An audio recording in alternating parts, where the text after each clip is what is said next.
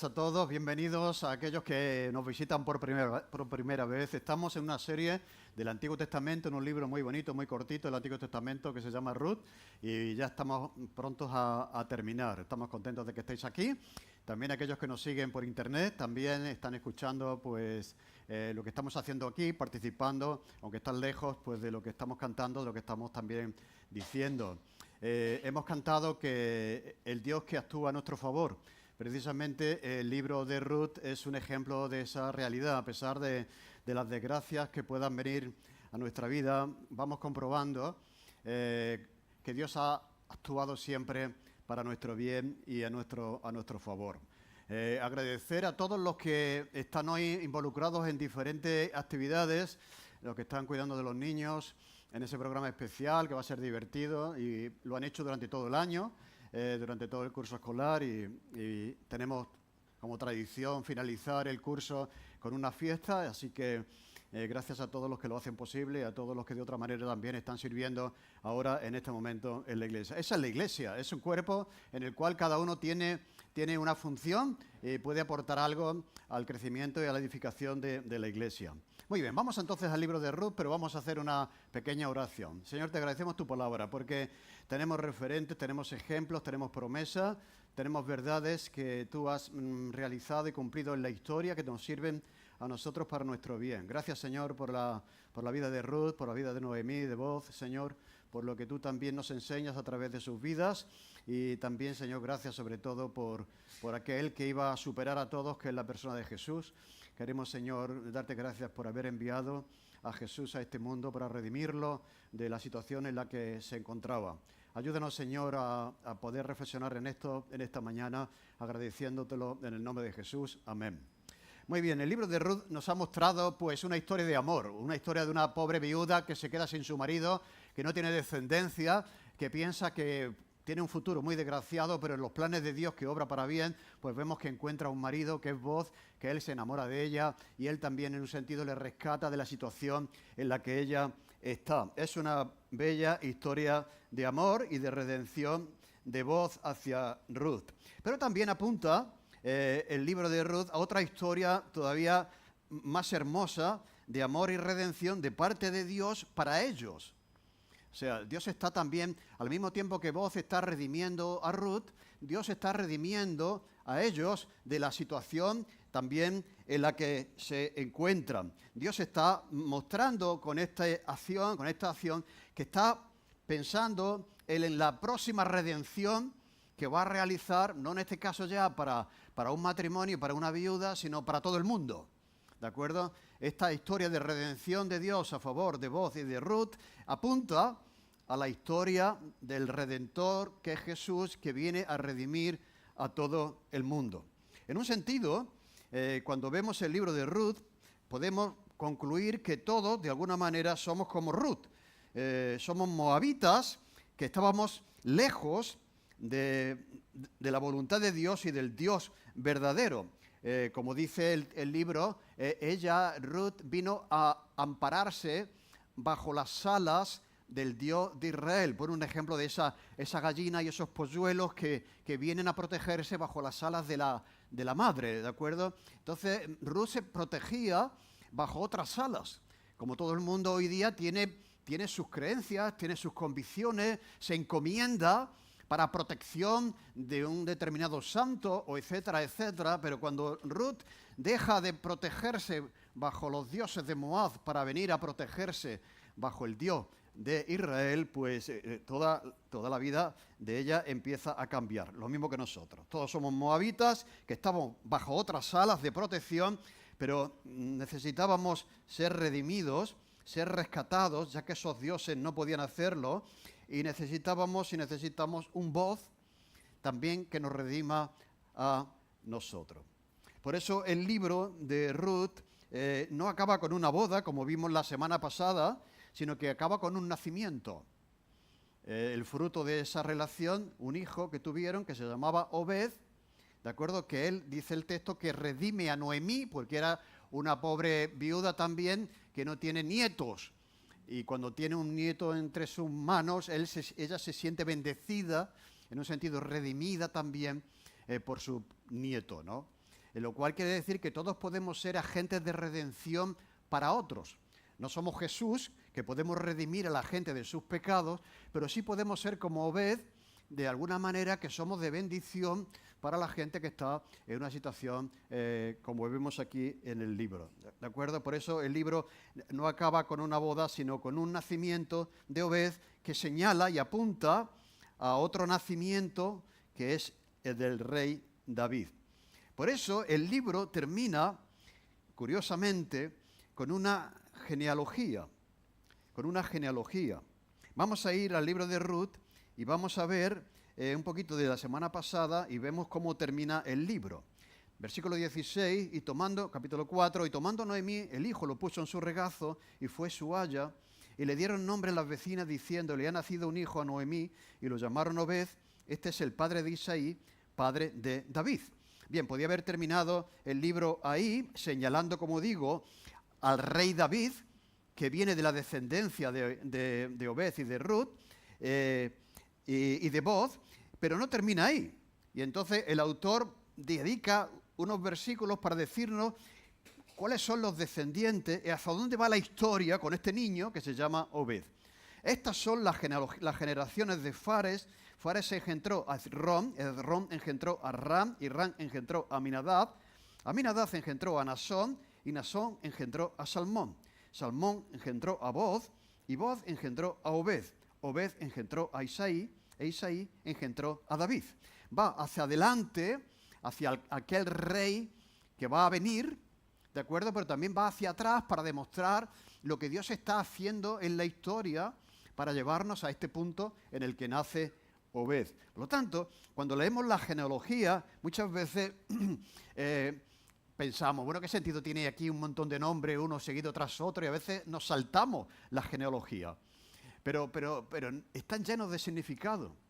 Son sumamente importantes porque muestran muchas cosas como vamos a ver hoy. Con las genealogías, esta y otras, como vamos a ver, el autor lo que pretende hacer es que veamos que Dios tiene un plan mayor dentro de nuestro propio plan.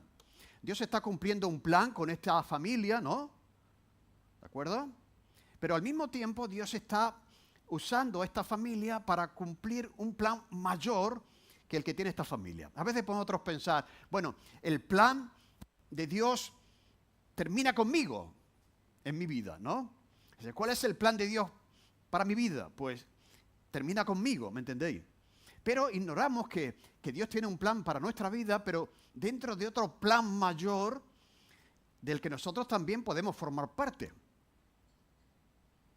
Por eso estábamos diciendo días atrás la importancia de influir en las nuevas generaciones, en nuestros nietos, de dejar un legado, porque nunca podemos saber quién va a ser uno de nuestros nietos, cuando los tengamos, lo que sea. ¿Me entendéis lo que quiero decir? Entonces, Dios tiene un plan para nosotros, pero sería muy egoísta pensar que Dios está pensando solamente en nosotros y que Dios tiene que pensar exclusivamente en nosotros. Piensa en nosotros, pero para utilizarnos para cumplir un plan mayor que nuestro propio plan. Así que dirige Dios la historia en una dirección a través también de nuestra propia historia. Mirad, cuando vamos a la vida de Ruth, la vida de Ruth tiene un final feliz.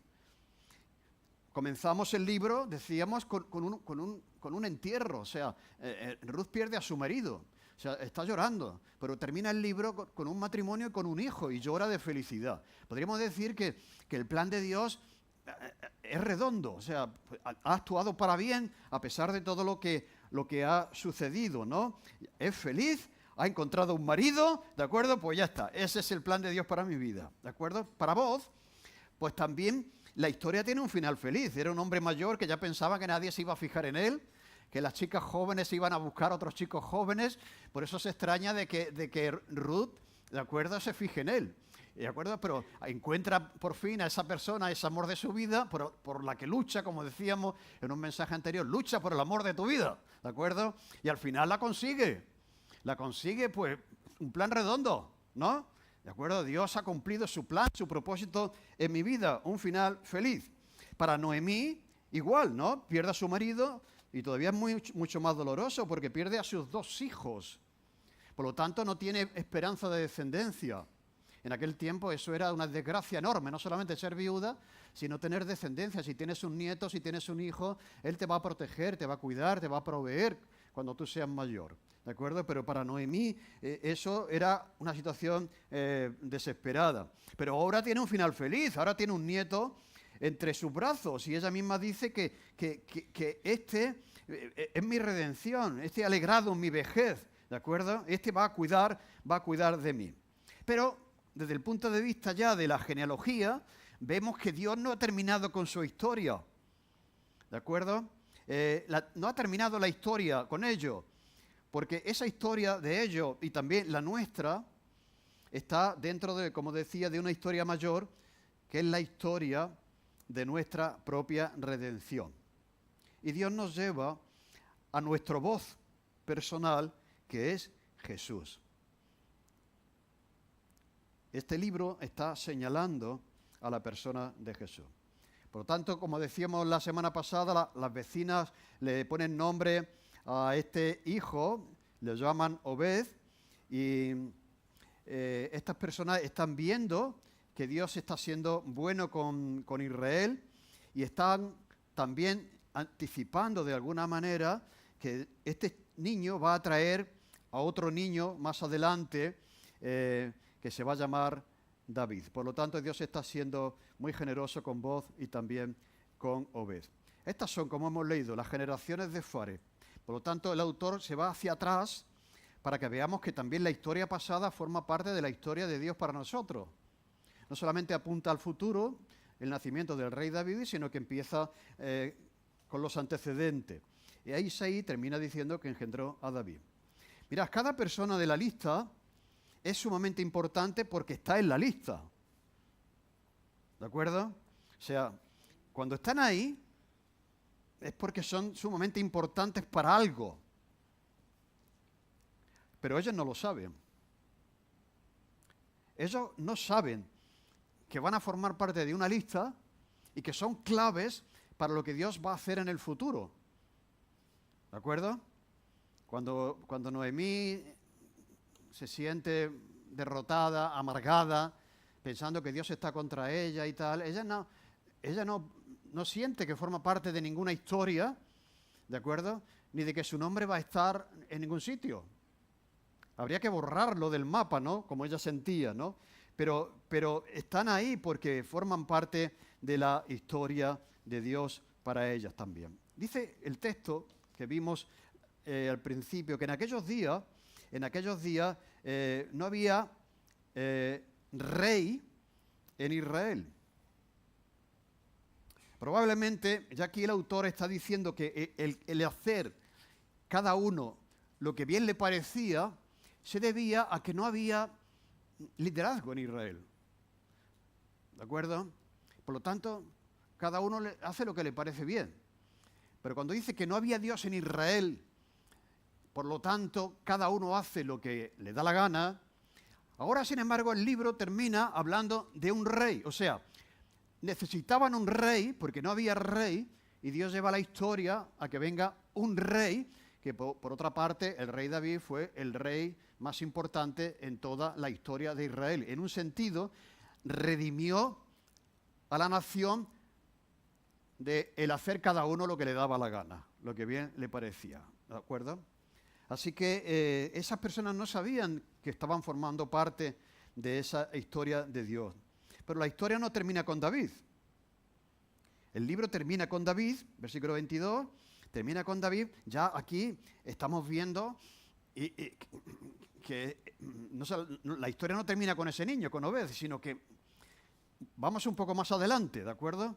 Vamos un poco más adelante porque lo mejor está por llegar todavía para Israel cuando Dios le levantaría a este rey. Así que necesitamos no solo un rey, sino que necesitamos un redentor. O sea, David fue un buen rey, como he dicho, de alguna manera redimió a Israel de su situación desastrosa, pero necesitamos más que un rey, ¿de acuerdo? Que nos redima políticamente o económicamente o socialmente. Necesitamos un redentor que nos redima de nuestra propia condición. Y eso es lo que ocurre en el libro de Mateo. Vamos a ir a Mateo capítulo 1, 16 y vamos a leer la genealogía, en este caso de David, también de Boz y en este caso también de Jesús. Libro de la genealogía de Jesucristo, hijo de David, hijo de Abraham. ¿Veis? Ya parte de David, Jesús como descendiente de David, pero va un poquito antes a decir que es descendiente del propio Abraham. Abraham engendró a Isaac, Isaac a Jacob y Jacob a Judá y a sus hermanos. Judá engendró a Tamar, de Tamar a Fares y a Zara, Fares a Esrón a Arán, Arán engendró a Aminadab, Aminadab a Naasón, Naasón a Salmón, Salmón engendró a Rahab, a Boz, Boz engendró a Ruth, a Obed y Obed a Isaí. Isaí engendró al rey David. Mira, Mateo, cuando va ahora a señalar al nuevo rey, que es Jesús, ¿de acuerdo?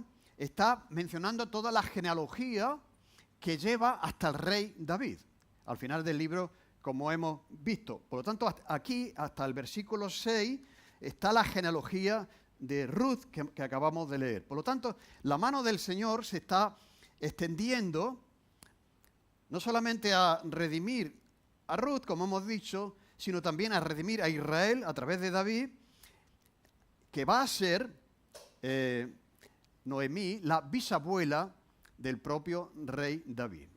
Si le hubieran dicho a Noemí que iba a estar en la lista, que iba a ser la bisabuela del rey David, ¿de acuerdo? Ella tiene una historia que la mira, podríamos decir, no con el gran angular, sino con la proximidad. ¿No? Yo no cuento nada en la vida, yo no cuento nada para Dios, sin embargo estaba contando hasta el punto que aparece en la genealogía del propio Jesús. ¿De acuerdo? David es muy importante, toda la historia se dirige hacia el nacimiento de David, pero hay alguien más, que es lo que nos quiere decir aquí Mateo, porque Jesús ya ha venido. Cuando Jesús viene para Israel, el top es David. ¿De acuerdo? Por eso estaban esperando otro David que le redimiera de la opresión romana. ¿De acuerdo? Pero Mateo dice, no. David formaba parte del plan de Dios, pero hay otro rey más importante y sigue la cronología, ¿de acuerdo? Y Mateo nos dice la siguiente. Y el rey David engendró a Salomón, que fue la mujer de Urías, Besabé. Salomón engendró a Roboam, Roboam a Abías y Abías a Asa. Asa engendró a Josafat, Josafat a Joram y Joram a Uzías. Uzías engendró a Jotán, Jotán a Acaz, Acaz a Ezequías. Ezequías engendró a Manasés, Manasés a Amón y Amón a Josías. Josías engendró a Jeconías y a sus hermanos en el tiempo de la deportación a Babilonia. Después de la deportación de Babilonia, Jeconías engendró a Salatiel y Salatiel a Zorobabel. Zorobabel engendró a Abiú, Abiú a Eliaquín, Eliaquín a Azor. Azor engendró a Sadoc, Sadoc a Aquín y Aquín a Eliú. Eliú engendró a Eleazar, Eleazar a Matán, Matán a Jacob. Jacob engendró a José, marido de María, de la cual nació Jesús, llamado el Mesías, llamado el Cristo, llamado el Redentor.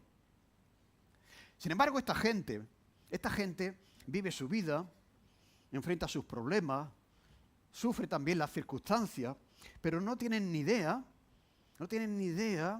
de que van a aparecer en una lista. ¿A que sí? Que finalmente llevaría al nacimiento de Jesús. Se casan, tienen hijos, trabajan, tienen problemas, generación tras generación.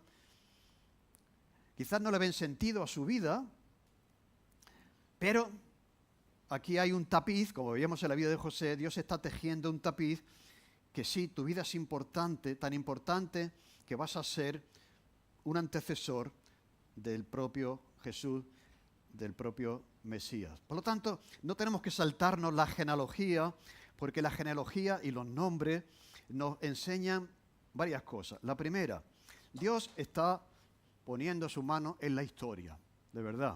O sea, esto nos da confianza cuando caen las bombas, ¿de acuerdo? Cuando hay guerra, etcétera, etcétera. Hubo guerras en Israel en aquel tiempo, muchas, pero Dios está centrado. Lo más importante para Dios es la redención a través de su Hijo Jesús. ¿De acuerdo? Y lleva la historia en esa dirección. Y la genealogía nos dice que a pesar de todo lo que pasa en el mundo, Dios tiene su mano y dirige la historia. Pero otra cosa más bonita es que podemos formar parte de esa historia que Dios tiene, que es más grande que nuestra propia historia. La segunda cosa que nos enseña la genealogía es que Jesús es el centro de la historia. Las genealogías no terminan con David, las genealogías terminan con Jesús. ¿De acuerdo? O sea, Jesús es el centro de toda la historia, porque la historia de Dios nos lleva a la venida de su Hijo.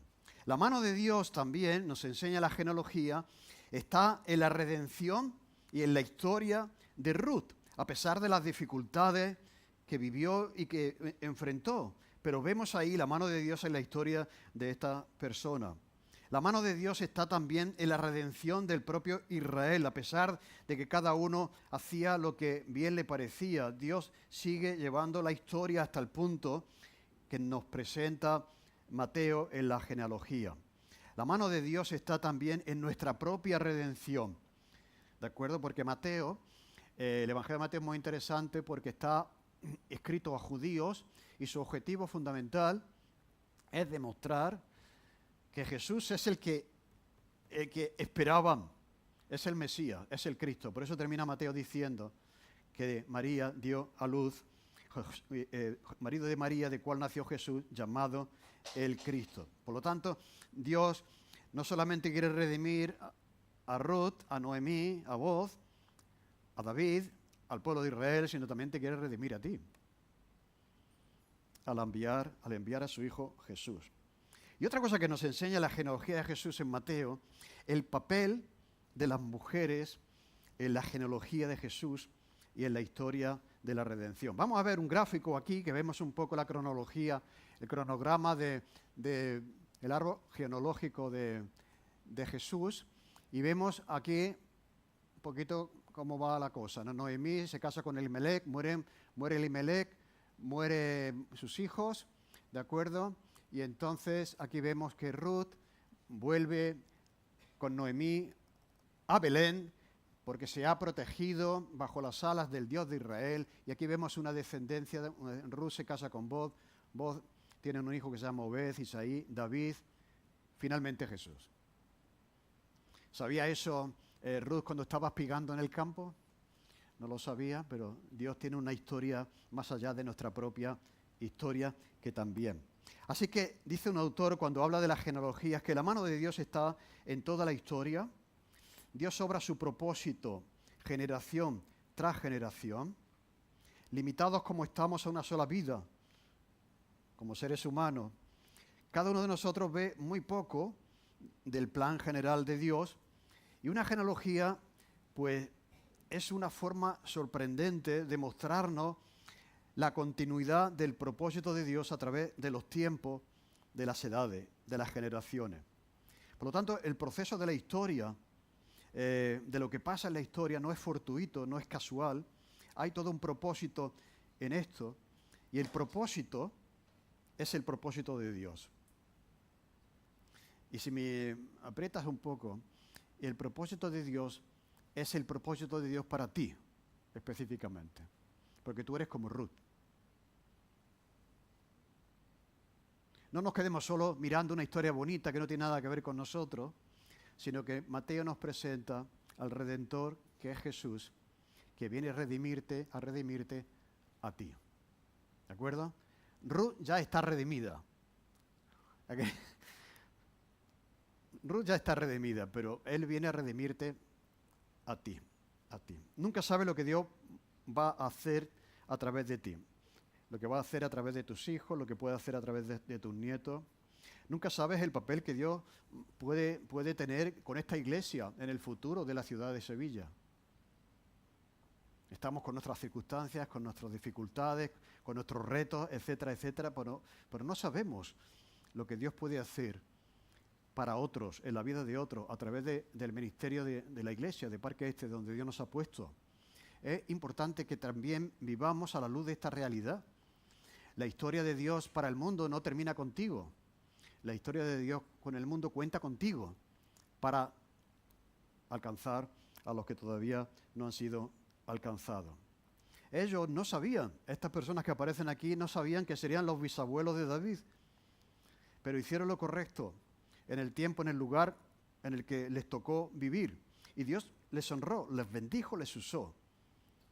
Y fueron parte importante en la vida, en el nacimiento de Jesús. Otros autores dicen que cuando vamos al libro de Ruth, el nombre de Jesús no aparece. ¿Es verdad? No aparece, pero está por todos sitios. Dice Jesús que las Escrituras, vosotros cerráis escudriñando las Escrituras, pero ellas dan testimonio de mí. Y dice uno, ¿dónde está Jesús en Ruth? Si todas las Escrituras dan testimonio de Jesús.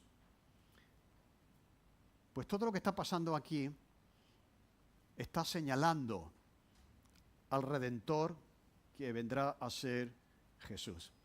Y todo esto que está pasando en este libro es para prepararnos cuando venga el verdadero Redentor que es Jesús. Jesús es nuestro pariente Redentor. ¿Quién era Booz para Ruth? Era el pariente Redentor. ¿Quién será nuestro pariente Redentor? Pues es Jesús. Es Jesús. ¿Por qué es un pariente? Porque se hizo hombre y vivió entre nosotros, por lo tanto está calificado para ser Redentor. Si se hubiera quedado en el cielo, en su posición de gloria y de majestad, no habría sido calificado, tendría que ser alguien como nosotros, de la familia, ¿de acuerdo? Como el caso de Booz. Pero Jesús se hace hombre y se califica como un pariente que puede redimirnos, ¿de acuerdo? Nace en la casa del pan, curiosamente, en Belén, para ser el pan de vida. Es nuestro Redentor porque es calificado para redimir, como he dicho, está dispuesto a redimir, como lo estaba Booz, paga el precio de nuestra redención con su propia sangre. A Booz le costó redimir a Ruth, pero le costó dinero, pero no le costó la vida, ¿me entendéis, no? Pero a Jesús le costó la vida redimirte a ti y redimirme a mí. Rescata a su amada, que es la Iglesia, nos hace a cada uno de nosotros sus hijos y nos incluye en la familia de Dios, puesto que somos hijos de Dios. Por lo tanto, la redención es el tema central del libro de Ruth y también del Evangelio de Mateo, que empieza presentando ya al Redentor Jesús. Mira, en el libro de Ruth, la palabra redención aparece 23 veces de 85 versículos que tiene el libro. Está presente por todo el libro la palabra redención. El Evangelio de Mateo está también hablando del Redentor, que es Jesús, y empieza ya presentando a ese Redentor, hijo de David. Lo cual quiere decir que Mateo entendía que necesitamos ser redimidos como fue Ruth. Que alguien haga algo por nosotros, porque nosotros no lo podemos hacer por nosotros mismos. Mirad, la religión lo que te dice, lo que nos dice, tú puedes redimirte a ti mismo. O sea, en la literatura, en el cine, mencionaba, no sé si en un grupo pequeño, El Gran Torino, es una película muy famosa, el tema central es la redención. En el cine está muy presente la redención. ¿Qué quiere decir esto? Que todo ser humano en algún momento ha hecho daño, ha hecho algo que estaba mal, ¿no? Y es consciente de ello. Es como aquella persona que ha cometido un delito, va a la cárcel y sale de la cárcel y ahora quiere convertirse en una buena persona para redimir, para borrar aquello que ha hecho anteriormente en su vida. Por lo tanto, el tema de la redención está en el cine, está en el teatro, está en la literatura, está en la historia, porque es la historia del hombre. ¿Quién no ha hecho algo que no estuvo bien? ¿No? Y bien, ¿y cómo me libro de eso? ¿Cómo me rescato de eso? ¿Cómo me libero de eso? La religión te dice, sé bueno. Ahora pórtate bien. ¿Te has portado muy mal? Redímete a ti mismo portándote bien.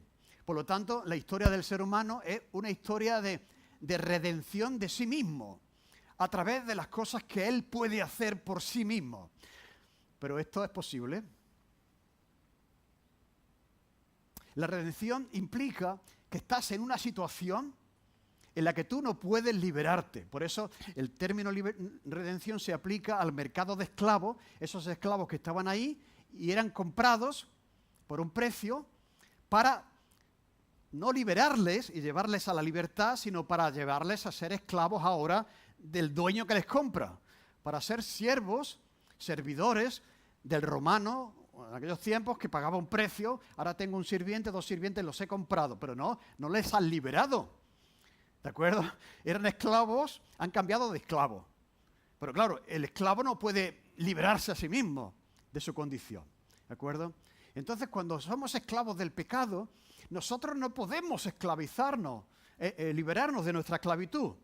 La redención implica que alguien tiene que venir de fuera, que no soy yo, para que me saque de donde me he metido. Y aquí está el Evangelio, y aquí está la historia de Ruth, y aquí está el Redentor Jesús, ¿de acuerdo? Como nosotros hemos oído de la religión, que tú te puedes redimir a ti mismo haciendo cosas mejores de las que has hecho, claro, dice uno, ¿y eso qué significa? Por eso la gente dice, bueno, cuando me muera ya Dios pesará en una balanza aquello que he hecho malo, pero si pesa más lo que he hecho bueno, pues ya merezco el perdón de Dios y la redención. No, tú no te puedes redimir a ti mismo porque no puedes. Necesitas un voz. ¿Acaso Ruth podía redimirse a sí misma? ¿Acaso Noemí podía redimirse a sí misma? Necesitaba un voz, un pariente redentor, fuera de ellas, que tuviera el poder para liberarlas, para redimirlas, para rescatarlas de esa situación, para hacerlas libres. Eso es lo que viene a hacer Jesús. Estamos en el mercado de esclavos. Jesús viene porque nos ama, nos quiere sacar de esa situación, paga un precio para que seamos libres. Y en esa libertad, ante lo que Él ha hecho por nosotros, nos convirtamos en sus discípulos y Él sea nuestro Señor, porque ha sido nuestro Salvador. Por lo tanto, la religión enseña eso, el cine enseña eso, pero el Evangelio enseña todo lo contrario. Necesitamos un redentor, puesto que nosotros no podemos liberarnos del mal que está dentro de nosotros mismos. Somos esclavos del pecado, conoceréis la verdad y la verdad os hará libre. Necesitamos que alguien nos libre de donde nos hemos metido por causa del pecado. Y eso es el Evangelio, eso es el libro de Ruth, ese es el Evangelio de Mateo. Jesús es nuestro Salvador, nuestro Redentor. Si nos salvamos a nosotros mismos, si nos redimimos a nosotros mismos, no es necesario que Cristo muriese en una cruz, porque ya nosotros podríamos lograrlo por nuestros propios medios, ¿no? Necesitamos a alguien que esté capacitado, cualificado, que esté dispuesto, que lo haga por amor, que pague el precio y que nos haga miembros de su familia, nos haga libre. Lo cual quiere decir que el Evangelio es para todos nosotros, la redención es para todos nosotros. Que dejes de luchar para redimirte a ti mismo.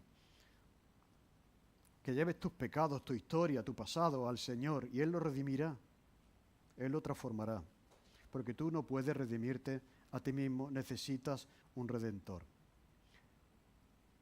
No importa también la historia que tengas, no importa el pasado que tengas, no importa la raza que tengas, no importa el color de piel que tengas. Si tú crees en Jesús, si tú pones tu fe en el Dios de Israel, vienes a ampararte bajo sus alas y no bajo otras alas de la religión, tú eres redimido, como Ruth fue redimida por vos, y te hace miembro de su familia y te hace hijo de Dios. A todos los que le recibieron, a los que creen en su nombre, les dio potestad de ser hechos hijos de Dios. Pero hay otra cosa muy interesante en la genealogía de Jesús. Si lo habéis notado, aparecen 5 mujeres en el Evangelio de Mateo, que en un sentido esas mujeres fueron las madres de Jesús. Y que Jesús y Dios mismo por obra del Espíritu Santo, inspira a los escritores para reconocer la vida y el papel de estas 5 mujeres en la vida de Jesús, el nacimiento de Jesús, su Hijo. Es interesante que esas 5 mujeres que aparecen son claves en la genealogía de Jesús, como hemos visto con Ruth, pero es mucho más interesante la procedencia de estas mujeres. Tamar, la nuera de Judá, era cananea.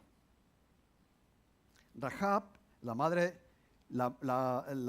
de Booz, el que redimió a Ruth, era prostituta cananea.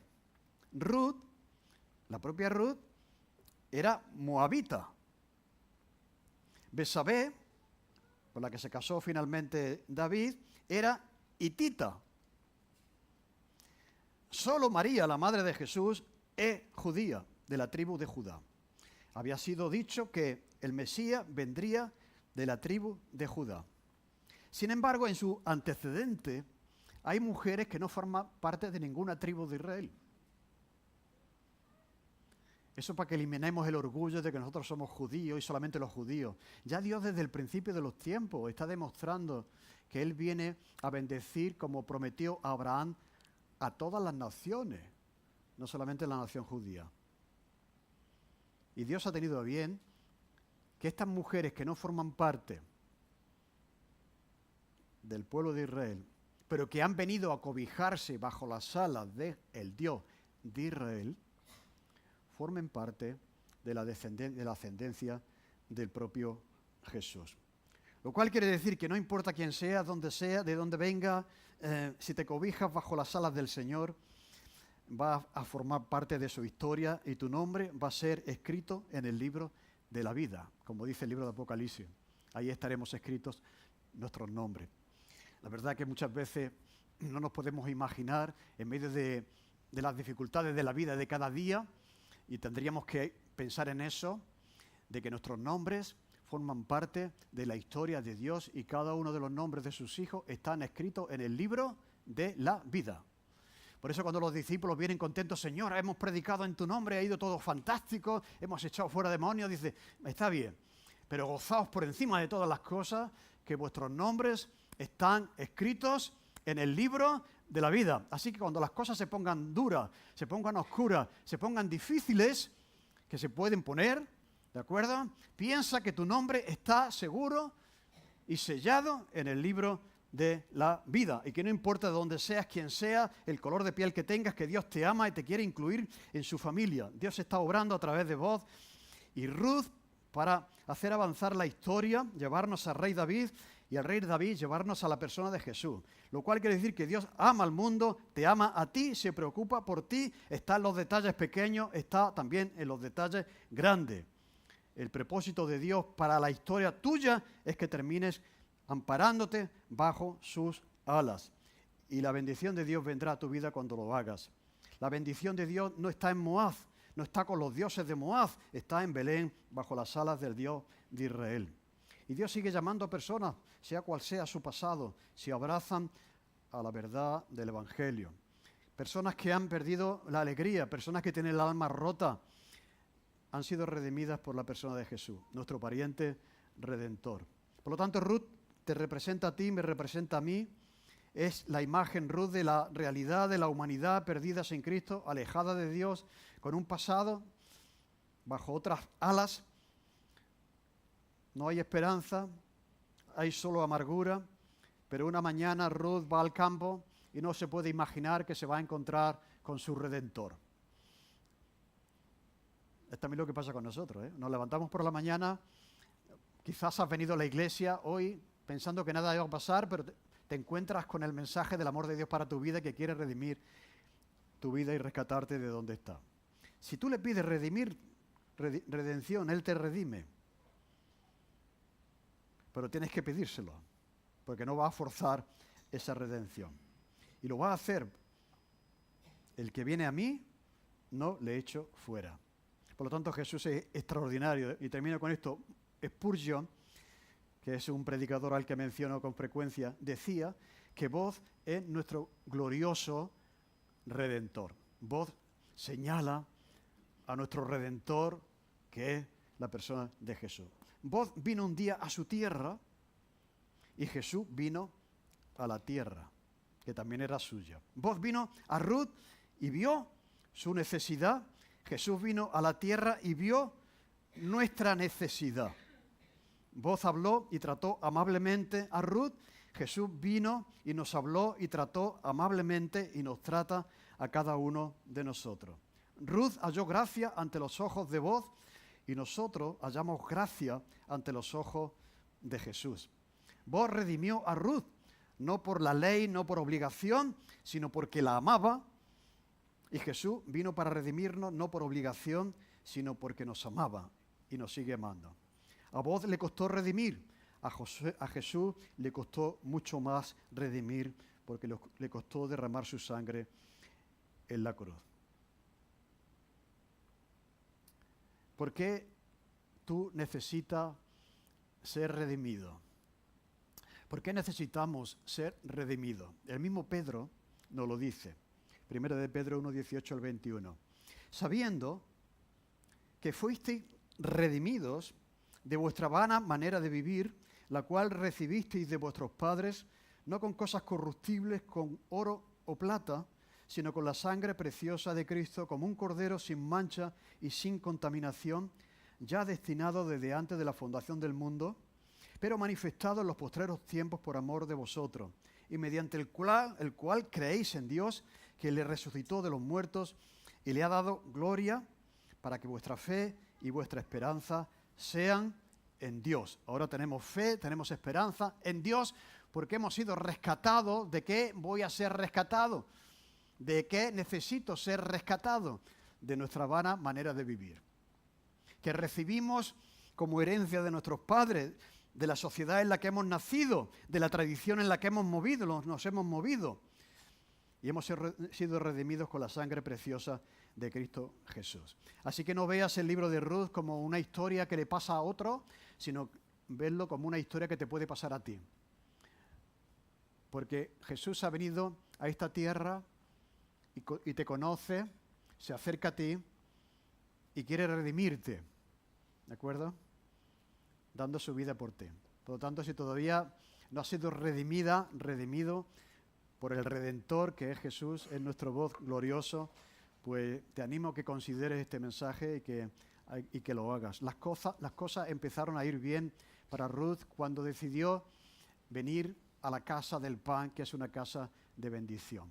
Ampararse bajo las alas del Dios Todopoderoso. A veces decimos, ay, me pasan tantas cosas, no sé por qué me va mal en la vida, no sé, estás alejado de Dios. No puedes esperar bendición cuando estás dando la espalda al Dios de Israel. Ay, es que yo quiero que Dios me bendiga, pero te has venido a cobijar, a proteger bajo sus alas.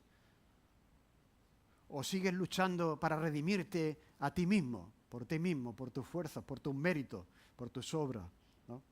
Ríndete, ven a Jesús y di, Señor, te necesito, ven a mi vida, rescátame de la vana manera de vivir en la que he vivido a lo largo de este tiempo en que he estado sin ti. Si alguien tiene alguna pregunta, disponible estoy al final para poder charlar contigo. Vamos a orar. Señor, te damos gracias porque esta es una historia preciosa que señala a Jesús como el Redentor del mundo. Señor, te pedimos que tú obres en el corazón de aquellas personas que todavía no entienden por qué Jesús vino a este mundo a morir en una cruz. Señor, que tu Espíritu Santo les muestre que vino por amor a cada uno de nosotros y por amor a ellas, Señor. Te damos gracias porque esta historia nos inspira y sobre todo porque Jesús nos reta a vivir de acuerdo a lo que Él hizo también por cada uno de nosotros. Gracias, Señor, por rescatarnos de la esclavitud del pecado y de otras esclavitudes y habernos dado libertad en ti. En el nombre de Jesús. Amén.